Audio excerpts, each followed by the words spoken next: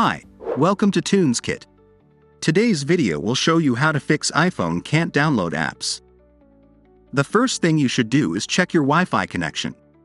If your internet connection signal is feeble or your iPhone disconnects with the internet, you can't successfully download the apps from App Store. Method 2. Check storage space on your iPhone.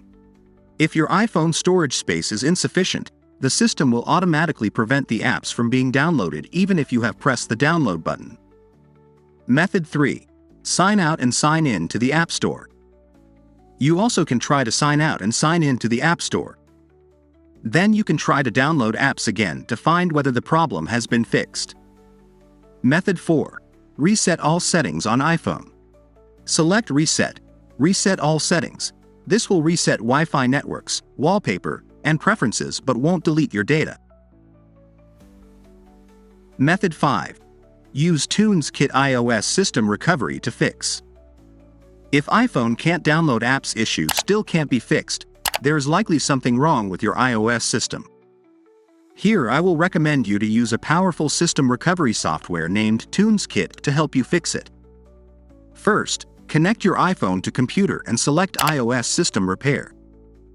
After the computer has detected your phone, press Start. There are two modes you can choose.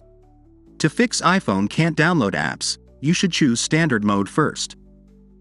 Then, confirm your device info is correct and press Download to download the firmware package.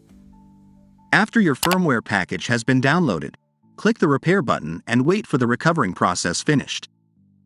As it is very easy to operate, you can fix this problem by yourself without asking any help from a technical specialist, so you can download it and have a try.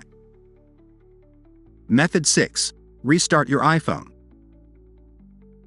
Method 7. Disable restrictions for installing apps. Go to the General, find Restrictions, turn off the button beside installing apps.